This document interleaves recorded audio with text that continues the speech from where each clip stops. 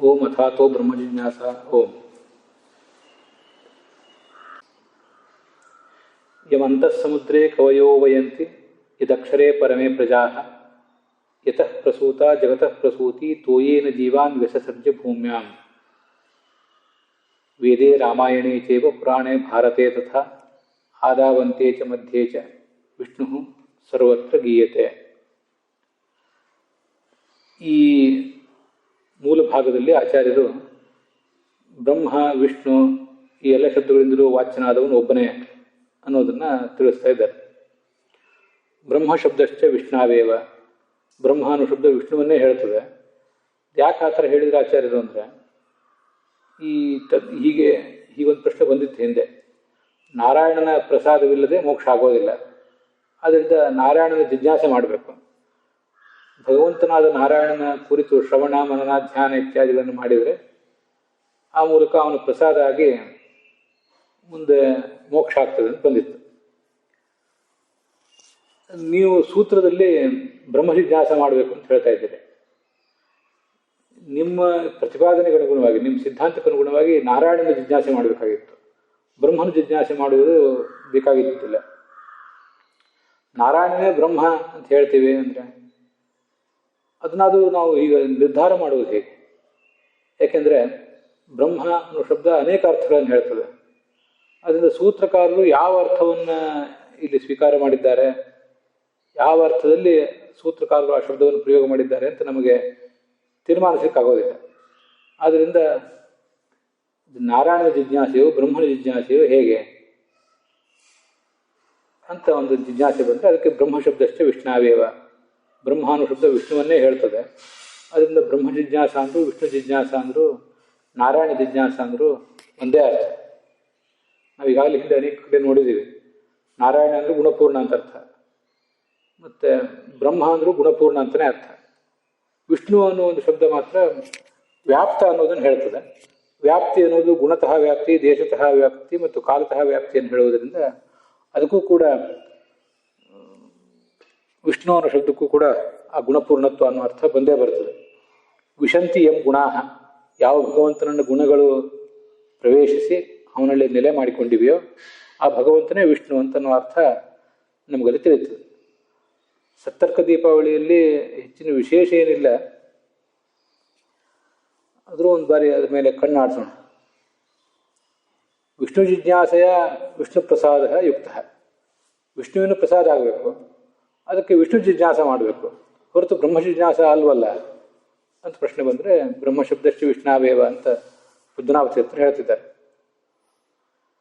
ವಿಷ್ಣುವೇ ಬ್ರಹ್ಮ, ಬ್ರಹ್ಮನೇ ವಿಷ್ಣು ಅಂತನ್ನೋದನ್ನು ಪ್ರತಿಪಾದನೆ ಮಾಡಲಿಕ್ಕೆ ಪ್ರಸಿದ್ಧವಾದಂಥ ಶ್ರುತಿಯನ್ನು ಹೇಳಬೇಕು. ಯಮಂತಃ ಸಮುದ್ರೇ ಕವಯೋ ವಯಂತಿ ಅಂತ, ಇದು ಮಹಾನಾರಾಯಣ ಉಪನಿಷತ್ನಲ್ಲಿ ಬರುವಂಥ ಒಂದು ವೇದವಾಕ್ಯ. ಯಜುರ್ವೇದ, ಕೃಷ್ಣ ಯಜುರ್ವೇದದ ಮಹಾನಾರಾಯಣ ಉಪನಿಷತ್ತು, ಅಲ್ಲಿ ಬಂದಿರುವಂಥ ವಿಷಯ ಅದು. ಯಮಂತಃ ಸಮುದ್ರೇ, ಯಾವ ಭಗವಂತನನ್ನು ಜ್ಞಾನಿಗಳು ಸಮುದ್ರದ ಮಧ್ಯದಲ್ಲಿ ಇದ್ದಾನೆ ಅಂತ ಭಾವಿಸ್ತಾರೋ, ಹಾಗೆ ಆರಾಧಿಸ್ತಾರೋ ಅಂತ ಬಂದಿದೆ. ಅಂತಹ ಅಂದರೆ ಕ್ಷೀರ ಸಮುದ್ರ ಶಾಯಿತ್ವ ಲಿಂಗಾತ್, ಕ್ಷೀರ ಸಮುದ್ರದಲ್ಲಿ ಮಲಗಿದ್ದಾನೆ ಅನ್ನೋ ಒಂದು ಲಿಂಗವನ್ನು, ಅಂದರೆ ಕಾರಣವನ್ನು, ಭಗವಂತನನ್ನೇ ತಿಳಿಯಬೇಕು ಈ ಶಬ್ದದಿಂದ ಅನ್ನೋದನ್ನು ತಿಳಿಸ್ಲಿಕ್ಕೆ ಹಾಗೊಂದು ಕಾರಣ ಬಂದಿದೆ. ಹೀಗೆ ಬಂದಿರುವುದರಿಂದ ಲಿಂಗವಿಶಿಷ್ಟಂ ಅಂತಃಸಮುದ್ರ ಇತ್ಯಾದಿನ ಅನುದ್ಯ, ಅಂತಃಸಮುದ್ರ ಅನ್ನೋ ಮಾತಿನಿಂದ ಆ ಲಿಂಗವುಳ್ಳಂಥ ಒಂದು ವಾಕ್ಯವನ್ನು ಹೇಳ್ತಾ ಇದ್ದಾರೆ ಆಚಾರ್ಯ. ತದೇವ ಬ್ರಹ್ಮ ಪರಮಂ ಕವೀನಾಂ, ಅಲ್ಲಿ ಯಾವ ಭಗವಂತನನ್ನ ಜ್ಞಾನಿಗಳು ಧ್ಯಾನ ಮಾಡ್ತಾರೋ ಅಂತ ಹೀಗೆಲ್ಲ ಅಲ್ಲಿ ಬಂದಿದೆ. ಅವನೇ ಎಲ್ಲ ಜ್ಞಾನಿಗಳಿಗೂ ಎಲ್ಲ ಯೋಗಿಗಳಿಗೂ ಗಮ್ಯನಾದಂಥ ಧ್ಯೇಯನಾದಂಥ ಭಗವಂತ. ಸೂತ್ರ ಭಾಷ್ಯದಲ್ಲಿ ಹೀಗೆ ವಾಕ್ಯ ಇದೆ, ಇವಂತಃ ಸಮುದ್ರೇ ಕವಯೋ ಅವಯಂತೆ, ಯಾವ ಭಗವಂತನನ್ನ ಸಮುದ್ರದ ಮಧ್ಯದಲ್ಲಿ ಜ್ಞಾನಿಗಳು ಧ್ಯಾನಿಸ್ತಾರೆ. ಇದಕ್ಷರೇ ಪರಮೇ ಪ್ರಜಾಹ, ಎಲ್ಲ ಪ್ರಜೆಗಳು ಅವನಲ್ಲಿ ನೆಲೆ ಮಾಡಿಕೊಂಡಿವೆ. ಅದರ ಅರ್ಥ ಮುಂದೆ ಹೆಚ್ಚು ಸ್ಪಷ್ಟವಾಗಿ ಹೇಳ್ತೇನೆ, ಸ್ಥೂಲವಾಗಿ ಮಾತ್ರ ಅರ್ಥ ಹೇಳ್ತಿದ್ದೇನೆ. ಯತಃ ಪ್ರಸೂತ ಜಗತಃ ಪ್ರಸೂತಿ, ಜಗತ್ತಿನ ಪ್ರಸೂತಿ ತಾಯಿಯಾದ ಲಕ್ಷ್ಮೀದೇವಿಯು ಕೂಡ ಯತಃ ಯಾವ ಭಗವಂತನಿಂದ ಪ್ರಸೂತ ಹುಟ್ಟಿದ್ದಾಳೋ, ತೋಯೇನ ಜೀವಾನ್ ವ್ಯಸಸಜ್ಜ ಭೂಮ್ಯಾಂ, ಅವಳೇ ಈ ಲಕ್ಷ್ಮೀದೇವಿಯೇ ತೋಯ ಅಂದರೆ ನೀರು, ನೀರು ಅಂದರೆ ಕರ್ಮ. ಅವರವರ ಪ್ರಾರಬ್ಧ ಕರ್ಮಕ್ಕನುಗುಣವಾಗಿ ಎಲ್ಲ ಜೀವನನ್ನು ಕೂಡ ಈ ಭೂಮಿಯಲ್ಲಿ ಸೃಷ್ಟಿಸಿದ್ದಾಳೆ ಅಂತ ಹೀಗೆಲ್ಲ ಬಂದಿದೆ. ತದೇವರ್ಥಂ ತದು ಸತ್ಯಮಾಹು ತದೇವ ಬ್ರಹ್ಮ ಪರಮಂ ಕವೀನಾಂ. ಅದೇ ಮಹಾನಾರಾಯಣ ಉಪನಿಷತ್ತಿನ ಅಲ್ಲಿ ಮುಂದೆ ಬರುವ ಭಾಗ. ಅದೇ ಋತ, ಅದೇ ಸತ್ಯ. ಋತ ಸತ್ಯ ಅಂತ ಭಗವಂತನ ಯಾಕೆ ಹೇಳ್ತಾರೆ ಅಂದರೆ, ಒಂದು ಕಡೆ ಭಾಗವತ ತಾತ್ಪರ್ಯದಲ್ಲಿ ಅಥವಾ ಭಾಷ್ಯದಲ್ಲಿದೆ, ಋತಂ ಯಥಾರ್ಥ ವಿಜ್ಞಾನಂ ಸತ್ಯಂ ತತ್ಪೂರ್ವಿಕಾ ಕೃತಿ ಅಂತ. ಋತ ಅಂದರೆ ಕೋಶದ ಪ್ರಕಾರ ಋತ ಅಂದರೂ ಸತ್ಯ ಅಂದರೂ ಒಂದೇ. ಆದರೆ ಋತ ಅಂದರೆ ಯಥಾರ್ಥವಾದ ಜ್ಞಾನ, ಸತ್ಯ ಅಂದರೆ ಯಥಾರ್ಥ ಜ್ಞಾನಪೂರ್ವಕವಾದ ಕೃತಿ. ಹೀಗೆ ಋತ ಅಂದರೆ ಜ್ಞಾನ, ಕೃತಿ ಅಂದರೆ ಸತ್ಯ ಅಂದರೆ ಅದನ್ನು ಕೃತಿಗಿಳಿಸುವುದು. ಹೀಗೆ ವ್ಯತ್ಯಾಸ ಇದೆ. ಅದರಿಂದ ಇವನು ಯಥಾರ್ಥ ಜ್ಞಾನ ಸ್ವರೂಪ ಈ ಭಗವಂತ, ಮತ್ತು ಅವನು ಯಥಾರ್ಥ ಜ್ಞಾನ ಪೂರ್ವಕವಾಗಿ ಯಥಾರ್ಥ ಕೃತಿಗಳನ್ನು ಮಾಡುವವನು ಕೂಡ. ತದೇವ ಬ್ರಹ್ಮ ಪರಮಂ ಕವೀನಾಂ. ಎಲ್ಲ ಕವಿಗಳಿಗೂ ಕೂಡ ಧ್ಯೇಯವಾದ, ಅವರಿಗೆ ಪರಮ ಪ್ರೀತ್ಯಾಸ್ಪದವಾದ ಪರಮ ಬ್ರಹ್ಮ ಅಂದರೆ ಈ ಭಗವಂತನೇ ಅಂತ ಅಲ್ಲಿ ಬಂದಿದೆ. ಮತ್ತೆ ತನ್ನೋ ವಿಷ್ಣು ಪ್ರಚೋದಯಾತ್ ಅಂತ, ಇದು ಮಹಾನಾರಾಯಣ ಉಪನಿಷತ್ತಿನ ಮಂತ್ರವೇ. ಆ ಭಗವಂತ ನಮ್ಮನ್ನು ವಾಸುದೇವಾಯ ಧೀಮಹಿ ಅಂತ ಹೀಗೆಲ್ಲ ಅವನನ್ನು ವರ್ಣನೆ ಮಾಡಿ, ತತ್ ಆ ಕಾರಣದಿಂದ ನಹ ನಮ್ಮನ್ನು ವಿಷ್ಣು ಪ್ರಚೋದಿಸಿ ವಿಷ್ಣು ಗಾಯತ್ರಿ ಅಂತ ಕರೀತಾರೆ. ಒಂದು 8-10 ಥರದ ಗಾಯತ್ರಿಗಳಿದೆ ಅಲ್ಲಿ. ತನ್ನೋ ದುರ್ಗಿ ಪ್ರಚೋದಯಾತ್, ತನ್ನೋ ದಂತಿ ಪ್ರಚೋದಯಾತ್ ಅಂತ ಹೀಗೆಲ್ಲ ಕೆಲವು ಗಾಯತ್ರಿಗಳನ್ನು ಅಲ್ಲಿ ಹೇಳ್ತಾರೆ. ಅದರಲ್ಲಿ ಬರುವಂಥದ್ದು ವಿಷ್ಣುವಿನ ಗಾಯತ್ರಿ. ಆದ್ದರಿಂದ ಇಲ್ಲಿ ವಿಷ್ಣು ಅಂತಲೇ ಗೊತ್ತಾಗ್ತದೆ. ತನ್ನೋ ವಿಷ್ಣು ಪ್ರಚೋದಯಾತ್ ಇತ್ಯುತ್ತರತ್ರ ಶ್ರವಣಾಚ್ಚ. ಉತ್ತರತ್ರ ಅಂದರೆ ಅದೇ ಮಹಾನಾರಾಯಣ ಉಪನಿಷತ್ತಿನಲ್ಲಿ ಮುಂದೆ. ನಚ ತತ್ರೈವ ತನ್ನೋ ರುದ್ರ ಇತ್ಯಾದಿ ಶ್ರವಣಾತ್ ರುದ್ರಾದೀನಾಮವೇ ಬ್ರಹ್ಮತ್ವ ಪ್ರಾಪ್ತಿ. ಅದು ನೀವು ಮಹಾನಾರಾಯಣ ಉಪನಿಷತ್ತು ಕೋಟ್ ಮಾಡ್ತಾ ಇದ್ದೀರಿ, ಅಲ್ಲೇ ತನ್ನೋ ದಂತಿ ಪ್ರಚೋದಯಾತ್ ಅಂತ ಗಣಪತಿ ಬಗ್ಗೆ ಇದೆ, ಮತ್ತೆ ರುದ್ರ ಪ್ರಚೋದಯಾತ್ ಅಂತ ರುದ್ರನ ಬಗ್ಗೆ ಇದೆ. ಅದು ಒಂದೇ ಭಾಗದಲ್ಲೇ ಅವೆಲ್ಲ ಇವೆ. ಅದೆಲ್ಲ ಬಿಟ್ಟು ನಿಮಗೆ ಬೇಕಾದನ್ನು ನೀವು ಕೋಟ್ ಮಾಡ್ತಾ ಇದ್ದೀರಲ್ಲ, ಇತಿವಾಚ್ಯಂ. ಹಾಗಲ್ಲ. ತದೇವ ಅಗ್ನಿ ತದ್ವಾಯು ತತ್ ಸೂರ್ಯ ತದು ಚಂದ್ರಮಾಹ ಇತ್ಯಾದಿನ ಮುಂದೆ ಅದೇ ಮಹಾನಾರಾಯಣ ಉಪನಿಷತ್ನಲ್ಲಿ ಹೀಗೆ ಬರ್ತದೆ. ತದೇವ ಅಗ್ನಿ, ಅದೇ ಬ್ರಹ್ಮವೇ ಅಗ್ನಿ, ಅದೇ ವಾಯು, ಅದೇ ಸೂರ್ಯ, ಅದೇ ಚಂದ್ರಮ ಅಂತ ಹೀಗೆಲ್ಲ ಬಂದಿದೆ. ಅದರಿಂದ ಕ್ಷೀರ ಸಮುದ್ರ ಶಾಯಿನ್ಯೇವ, ಕ್ಷೀರ ಸಮುದ್ರ ಶಾಯಿಯಾದ ಯಾವ ಭಗವಂತ ಇದ್ದಾನೆ ಅವನಲ್ಲೇ ಈ ಇತರ ದೇವತೆಗಳನ್ನು ಕೂಡ, ಇತರ ದೇವತೆಗಳ ನಾಮಗಳನ್ನು ಕೂಡ, ಅಂದರೆ ರುದ್ರಾದಿ ನಾಮಗಳನ್ನು ಕೂಡ ಪ್ರಯೋಗ ಮಾಡಿ ತೋರಿಸಿದ್ದಾರೆ. ಉಪನಿಷತ್ತೇ ಹಾಗೆ ತೋರಿಸಿದೆ. ಈ ರುದ್ರಾದಿ ನಾಮ ಮಾತ್ರ ವಾಚ್ಯತ್ವೇ ವಿಷ್ಣು ಶ್ರುತಿಮಾಹ. ಈ ರುದ್ರಾದಿ ನಾಮಗಳಿಂದಲೂ ಭಗವಂತ ಹೇಗೆ ವಾಚ್ಯ ಅಂತ ಅನ್ನೋದಕ್ಕೆ ಇನ್ನೂ ಒಂದು ಆಧಾರನೂ ಕೂಡ ತೋರಿಸ್ಬೇಕು. ಅದಕ್ಕಾಗಿ ಮತ್ತೊಂದು ಶ್ರುತಿಯನ್ನು ಹೇಳ್ತಾರೆ, ನಾಮಾನಿ ಸರ್ವಾಣಿ ಯಮಾವಿಶಂತಿ ಅಂತ. ಎಲ್ಲ ನಾಮಗಳು ಕೂಡ ನಾಮಾನಿ ವಿಶ್ವಾಭಿ ನಸಂತಿ ಲೋಕೆ ಯದಾವಿರಾಸಿ ತಂಡತಸ್ಯ ಸರ್ವಂ ನಾಮಾನಿ ಸರ್ವಾಣಿ ಯಮಾವಿಶಂತಿ ತಮ್ಮೇ ವಿಷ್ಣು ಪರಮ ಉದಾಹರಂತಿ ಅಂತ. ಇದು ಬಾಲ್ಯವೇ ಶ್ರುತಿ.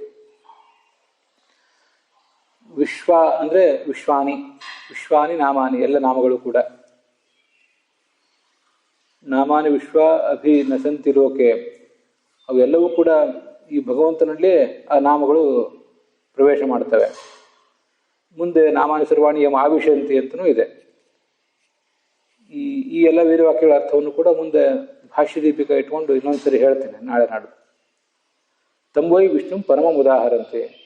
ಹೀಗೆ ಎಲ್ಲ ನಾಮಗಳಿಗೂ ಪಾತ್ರನಾದಂಥ, ಸರ್ವಶಬ್ದಗಳಿಂದಲೂ ವಾಚ್ಯನಾದಂತಹ ಭಗವಂತನನ್ನೇ, ಅವನನ್ನೇ, ಆ ದೇವನನ್ನೇ ವಿಷ್ಣು ಪರಮಂ, ಅವನನ್ನೇ ಸರ್ವೋತ್ತಮ ಅಂತ ಎಲ್ಲ ದೇವತೆಗಳು ಕೂಡ, ಎಲ್ಲ ಶ್ರುತಿಗಳು ಕೂಡ ವರ್ಣನೆ ಮಾಡ್ತಾರೆ. ಮತ್ತು ಋಗ್ವೇದದಲ್ಲೂ ಕೂಡ ಯೋ ದೇವಾನ ನಾಮಧ ಏಕೈವ ತಮ್ ಸಂಪ್ರಶ್ನಂ ಭುವನಾಯಂತ್ಯನ್ಯ ಅಂತ ಹೀಗೊಂದು ಮಾತು ಬಂದಿದೆ. ಯೋ ದೇವಾನ ನಾಮಧ, ಎಲ್ಲ ದೇವತೆಗಳ ನಾಮಗಳನ್ನು ಹೊತ್ತವನು ಅವನೊಬ್ಬನೇ. ಏಕೈವ ತಮ್ ಸಂಪ್ರಶ್ನಂ, ಅವನೊಂದು ಸಂಪ್ರಶ್ನ, ಬೇರೆ ಬೇರೆ ಅರ್ಥಗಳಿದೆ ಆ ಮಾತಿಗೆ. ಅದರಲ್ಲಿ ಒಂದು ಅರ್ಥ ಜ್ಞಾನಿಗಳು ಹೇಳಿದ್ದು ನನಗೆ ಈಗ ನೆನಪಿಗೆ ಬರ್ತದೆ. ಅವನು ಸಂಪ್ರಶ್ನ ಅಂದರೆ ಯಾವತ್ತೂ ಕೂಡ ಪ್ರಶ್ನವಾಗಿಯೇ ಉಳಿದಿರ್ತಾನಂತ. ಎಷ್ಟು ಭಗವಂತನ ಬಗ್ಗೆ ಹೇಳಿದರೂ ತಿಳಿದರೂ ಕೂಡ ಅವನು ಪ್ರಶ್ನಾರ್ಥಕ ಚಿಹ್ನೆಗೆ ವಿಷಯನಾಗಿಯೇ ಉಳಿತಾನೆ. ಸಂಪ್ರಶ್ನ ಮತ್ತು ಅವನ ಬಗ್ಗೆ ಜಿಜ್ಞಾಸೆ ಮಾಡಲೇಬೇಕಾಗ್ತದೆ. ಅದ್ಯಾವುದೋ ವರ್ಡ್ಸ್ ಬರ್ತ್, ಇಂಗ್ಲೀಷ್ ಕವಿದು ಯಾವುದೋ ಒಂದು ಮಾತಿದೆ, the most important thing remains untold even after all the words of this universe are used. ಎಲ್ಲ ಶಬ್ದಗಳು ಅವನು ಯಾವ ಭಗವಂತನ ಬಗ್ಗೆ ಹೇಳಿದಾನೋ ಅಥವಾ ಒಂದು ತತ್ವದ ಬಗ್ಗೆ, ಯಾವುದಾದ್ರೂ ಒಂದು ತತ್ವದ ಬಗ್ಗೆ, ಸತ್ಯ ಅದ್ರ ಬಗ್ಗೆ ಅವನು ಹೇಳಿರಬೇಕು. ಭಗವಂತನ ಬಗ್ಗೆ ಅವನು ಹೇಳಿರ್ಲಿಕ್ಕಿಲ್ಲ. ಹೀಗೆ ಸತ್ಯ ಅನ್ನೋದು ಹೀಗೆ ಇರ್ತದೆ ಅಂತ.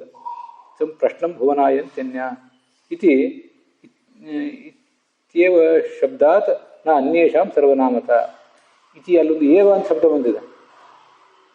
ಏಕ ಏವ ಯೋ ದೇವಾನಾಂ ನಾಮಧ ಏಕ ಏವ ಅಂತ ಬಂದಿರೋದ್ರಿಂದ ತಮ್ ಭುವನ ಅನ್ಯೇ ಭುವನ, ಉಳಿದೆಲ್ಲ ಲೋಕಗಳು ಕೂಡ ತಮ್ ಯಂತಿ ಅವನೊಳಗೆ ಪ್ರವೇಶ ಮಾಡ್ತವೆ. ಪ್ರಳಯ ಕಾಲದಲ್ಲಿ, ಸೃಷ್ಟಿ ಕಾಲದಲ್ಲೂ ಕೂಡ ಅವನೊಳಗೇ ಇವೆ ಅಂತ ಹೀಗೆಲ್ಲ ಅಲ್ಲಿ ಬಂದಿದೆ.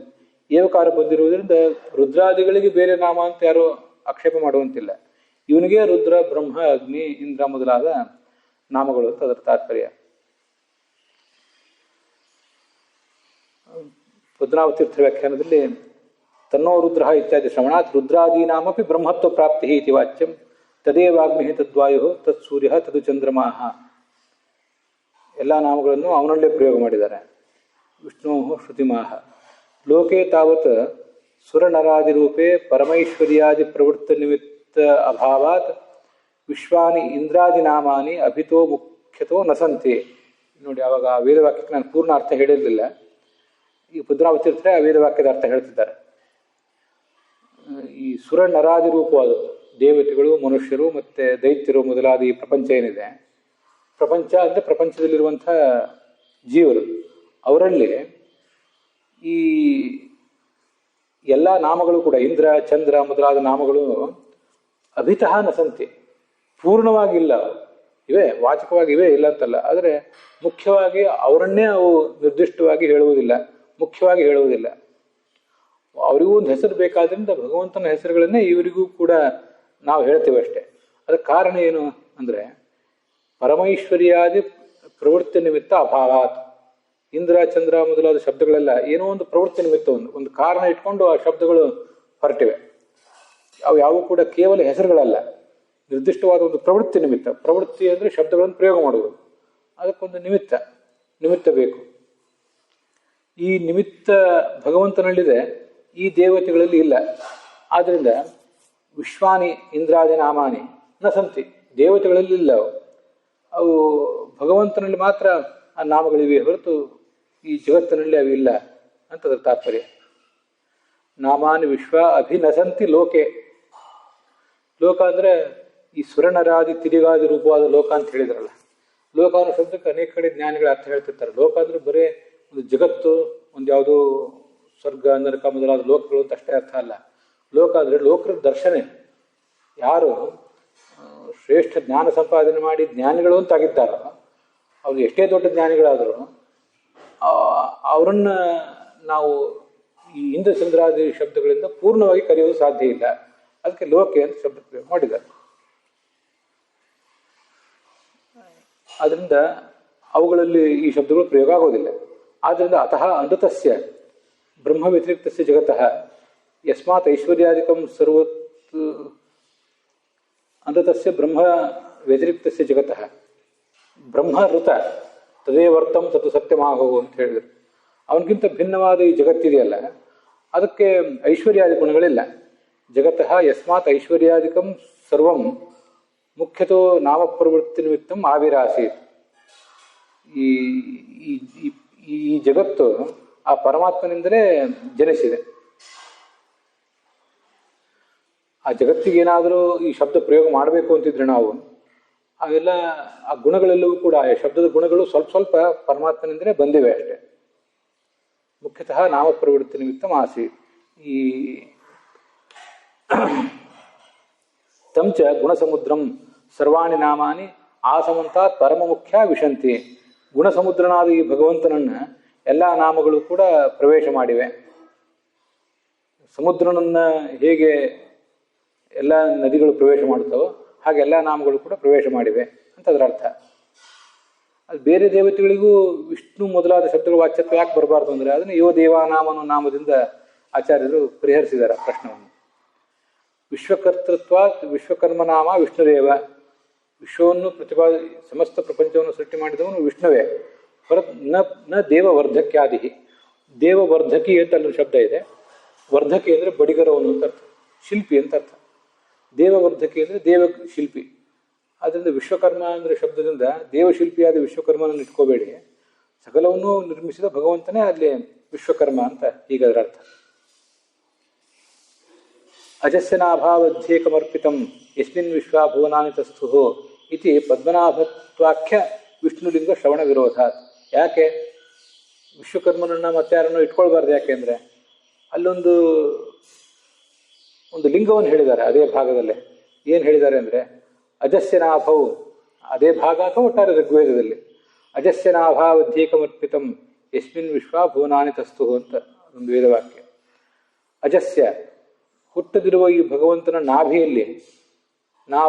ನಾಭಿಯಲ್ಲಿ ಏಕಂ ಅರ್ಪಿತಂ, ಅಲ್ಲೊಂದೇನೋ ಹುಟ್ಟಿತ್ತು, ಕಾಣಿಸ್ಕೊಂಡಿತ್ತು. ಅದರಲ್ಲಿ ಎಲ್ಲ ಭುವನಗಳು ಕೂಡ ಅಡಕ ಆಗಿವೆ. ಅದು ನಾಭಿಯಲ್ಲಿ ಹುಟ್ಟಿದ್ದು ಅಂದರೆ ಇದು ಕಮಲವೇ. ಪದ್ಮನಾಭತ್ವ ಅನ್ನುವುದೊಂದು ವಿಷ್ಣುವಿನ ಲಿಂಗ. ಅದು ವಿಷ್ಣುವನ್ನೇ ಈ ಶಬ್ದಗಳು ಹೇಳ್ತವೆ ಅನ್ನೋದಕ್ಕೊಂದು ಕಾರಣ. ನಾನು ಪದ್ಮನಾಭವತ ಅನ್ಯೋಪ್ಯರ್ಥ ಸಂಭವತಿ. ಬೇರೆ ಯಾರನ್ನು ಕೂಡ ನಾವು ಹೀಗೆ ತಿಳ್ಕೊಳ್ಬಹುದಲ್ಲ, ಭಗವಂತನನ್ನೇ ಯಾಕೆ ತಿಳ್ಕೊಳ್ಬೇಕು ಅಂತ ಮತ್ತೆ ಪ್ರಶ್ನೆ ಬಂದರೆ ಅದಕ್ಕೆ ಮತ್ತೆ ಉತ್ತರಿಸ್ತಾರೆ ಇನ್ನು ಮುಂದಿನ ವಾಕ್ಯಗಳಿಂದ. ವಿಷ್ಣುವರ್ಹಿ ಲಿಂಗಂ ನಚ ಪ್ರಸಿದ್ಧಾರ್ಥಂ ವಿನಾ ಅನ್ಯ ಅರ್ಥ ಯುಜ್ಯತೆ. ಇಲ್ಲಿ ಪದ್ಮನಾಭ ಅನ್ನೋ ಶಬ್ದದಿಂದ ಮತ್ತೆ ಆ ಹೊಕ್ಕಳಲ್ಲಿ ಒಂದು ನಾಭಿಯಲ್ಲಿ ಒಂದು ಪದ್ಮವನ್ನು ಇಟ್ಕೊಂಡವನು ಅನ್ನೋದ್ರಿಂದ ಅವನು ಪದ್ಮನಾಭ ಅಂತ ಸೂಚಿತ ಆಯಿತು. ಪದ್ಮನಾಭ ಎಂಬ ಶಬ್ದದಿಂದ ಬೇರೆಯವರನ್ನು ತೊಗೊಂಡ್ಬಿಡ್ತೀವಂದ್ರೆ ಪದ್ಮನಾಭ ಎಂಬ ಶಬ್ದ ಬೇರೆ ಕಡೆ ಎಲ್ಲಾದರೂ ಪ್ರಸಿದ್ಧ ಆಗಿದೆಯಾ ವಿಚಾರ ಮಾಡಬೇಕು. ಪ್ರಸಿದ್ಧವಾದ ಅರ್ಥವನ್ನು ಬಿಟ್ಟು ಅಪ್ರಸಿದ್ಧವಾದ ಅರ್ಥವನ್ನು ಇಟ್ಕೊಳ್ಳೋದು ಯೋಗ್ಯ ಅಲ್ಲ. ಪ್ರಸಿದ್ಧವಾದ ಅರ್ಥವನ್ನು ತ್ಯಾಗ ಮಾಡಲಿಕ್ಕೆ ಅದು ಅಲ್ಲಿ ಹೊಂದದೇ ಹೋದರೆ ಅವಾಗ ಅದನ್ನು ಬಿಟ್ಬಿಡ್ಬೇಕಷ್ಟೆ. ಒಬ್ಬ ಹುಡುಗನನ್ನು ಅಥವಾ ಒಬ್ಬ ವ್ಯಕ್ತಿಯನ್ನು ಸಿಂಹ ಅಂತ ಹೇಳಿದರೆ ದೊಡ್ಡ ಸಿಂಹ ಅವನು ಅಂತ ಹೀಗೆ ಹೇಳಿದರೆ ಸಿಂಹದ ಅಭೇದ ಅವನಲ್ಲಿ ಹೊಂದೋದಿಲ್ಲ.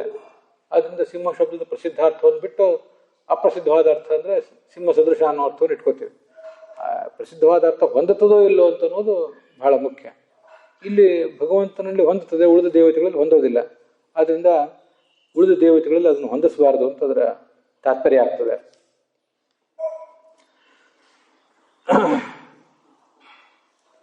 ನಹಿ ಸರ್ವಭುವನಾಶ್ರಯ ಪದ್ಮಾಧಾರ ನಾಭಿಮಾನ್ ಇತಃ ಪದ್ಮನಾಭಾತ್ ಅನ್ಯಃ ಶ್ರುತಿಪುರಾಣ ಸಿದ್ಧ ಅಸ್ತಿ ಇತ್ಯರ್ಥಃ. ಈ ಭಗವಂತನಿಗಿಂತ ಭಿನ್ನನಾಗಿ ಶ್ರುತಿ ಪುರಾಣಗಳಲ್ಲಿ ಬೇರೆ ಯಾವುದಾದ್ರೂ ವ್ಯಕ್ತಿ ಪ್ರಸಿದ್ಧನಾಗಿದ್ದಾನ. ಹೇಗಾಗಿರಬೇಕು ಅಂದರೆ ಅವನು ಹೊಕ್ಕಳಿನಲ್ಲಿ ಕಮಲ ಹುಟ್ಟಬೇಕು. ಆ ಕಮಲದಲ್ಲಿ ಎಲ್ಲ ಲೋಕಗಳು ಇರಬೇಕು. ಸಕಲ ಲೋಕಗಳಿಗೂ ಆಶ್ರಯವಾದ ಒಂದು ಪದ್ಮವನ್ನು ಹೊಕ್ಕಳಲ್ಲಿ ಇಟ್ಕೊಂಡಂಥ ವ್ಯಕ್ತಿ ಜಗತ್ತಿನಲ್ಲಿ ಎಲ್ಲಾದರೂ ಕಾಣಿಸ್ತಾನೆ? ಅದೆಲ್ಲೂ ಕೂಡ ಕಾಣಿಸೋದಿಲ್ಲ. ಆದ್ದರಿಂದ ಬೇರೆ ಪುರಾಣಾದಿಗಳಲ್ಲಿ ವೇದಗಳಲ್ಲಿ ಎಲ್ಲೂ ಕಾಣಿಸೋದಿಲ್ಲ. ಆದ್ದರಿಂದ ಇದು ವಿಷ್ಣುವಿನದೇ ಲಿಂಗ. ಅದರಿಂದ ಅವನನ್ನೇ ಈ ಶಬ್ದಗಳಿಂದ ನಾವು ಕರೆಯಬೇಕು ಅಂತ ಅದರ ತಾತ್ಪರ್ಯ. ಈತಾಮೇವ ಶ್ರುತಿ ಉದಾಹೃತ್ಯ ಇದು ಅಜಸ್ಯನಾಭಾವಧ್ಯೇಕಮರ್ಪಿತಂ ಅನ್ನೋ ಮಾತಿನಿಂದ ಒಂದು ಪುರಾಣ ವಾಕ್ಯ ಹೇಳಿದ್ರು, ಇದು ವೇದವಾಕ್ಯ ಹೇಳಿದ್ರು. ಮುಂದೆ ಒಂದು ಪುರಾಣ ವಾಕ್ಯವನ್ನು ಕೂಡ ಹೇಳ್ತಾರೆ. ಅಜಸ್ಯನಾಭಾವಿತಿಯಸ್ಯನಾಭೇ ಅಭೂಶ್ರುತೆ ಪುಷ್ಕರಂ ಲೋಕಸಾರಂ ತಸ್ಮೈ ನಮೋ ವ್ಯಸ್ತ ಸಮಸ್ತ ವಿಶ್ವ ವಿಭೂತಯೇ ವಿಷ್ಣವೇ ಲೋಕಕರ್ತೃ ಅಂತ ಸ್ಕಂದ ಪುರಾಣದಲ್ಲಿ ಮಾತಿದೆ. ಸ್ಕಂದ ಪುರಾಣ ಏನು ಮಾಡ್ತಿದೆ ಅಂದರೆ ಹೀಗೆ ವೇದವಾಕ್ಯವನ್ನು ಕೋಟ್ ಮಾಡ್ತಾ ಇದೆ. ಅಜಸ್ಯನಾಭಾವಿತಿ ಯಸ್ಯನಾಭೇಹೇ, ಅಜಸ್ಯನಾಭವು ಅನ್ನೋ ಶಬ್ದದಿಂದ ಆ ಶ್ರುತಿಯನ್ನು ಸ್ಕಂದ ಪುರಾಣ ತಾನು ಕೋಟ್ ಮಾಡಿ ಏನು ಅರ್ಥ ಹೇಳ್ತಿದೆ ಅಂದರೆ ಯಸ್ಯನಾಭೇಹೇ, ಯಾವ ಭಗವಂತನ ನಾಭಿಯಿಂದ ಲೋಕಸಾರಂ ಪುಷ್ಕರಂ, ಅದು ಎಲ್ಲ ಲೋಕವನ್ನು ತನ್ನಲ್ಲಿ ಅಡಕ ಮಾಡಿಕೊಂಡ ಒಂದು ಪುಷ್ಕರ ಅಂದರೆ ಕಮಲ ಅಲ್ಲಿ ಒಳಗೆ ಇದೆ ಅಂತ ಹೇಳ್ತಾ ಇದೆ. ತಸ್ಮೈ ನಮೋ ವ್ಯಸ್ತ ಸಮಸ್ತ ವಿಶ್ವ ವಿಭೂತೆಯೇ, ಈ ಜಗತ್ತಿನ ಎಲ್ಲ ಹುಟ್ಟು ಇತ್ಯಾದಿಗಳಿಗೂ ಅವನೇ ಕಾರಣ, ಅವನು ಲೋಕಕರ್ತ ವಿಷ್ಣು ಅಂತ ಸ್ಕಂದ ಪುರಾಣದಲ್ಲಿ ಅದರ ತಾತ್ಪರ್ಯ ಇದೆ. ಅದಕ್ಕೊಂದಕ್ಕೆ ಏನರ್ಥ ಆ ಮಾತುಗಳಿಗೆ ಅಂತ ಅನ್ನೋದನ್ನು ನೋಡೋಣ.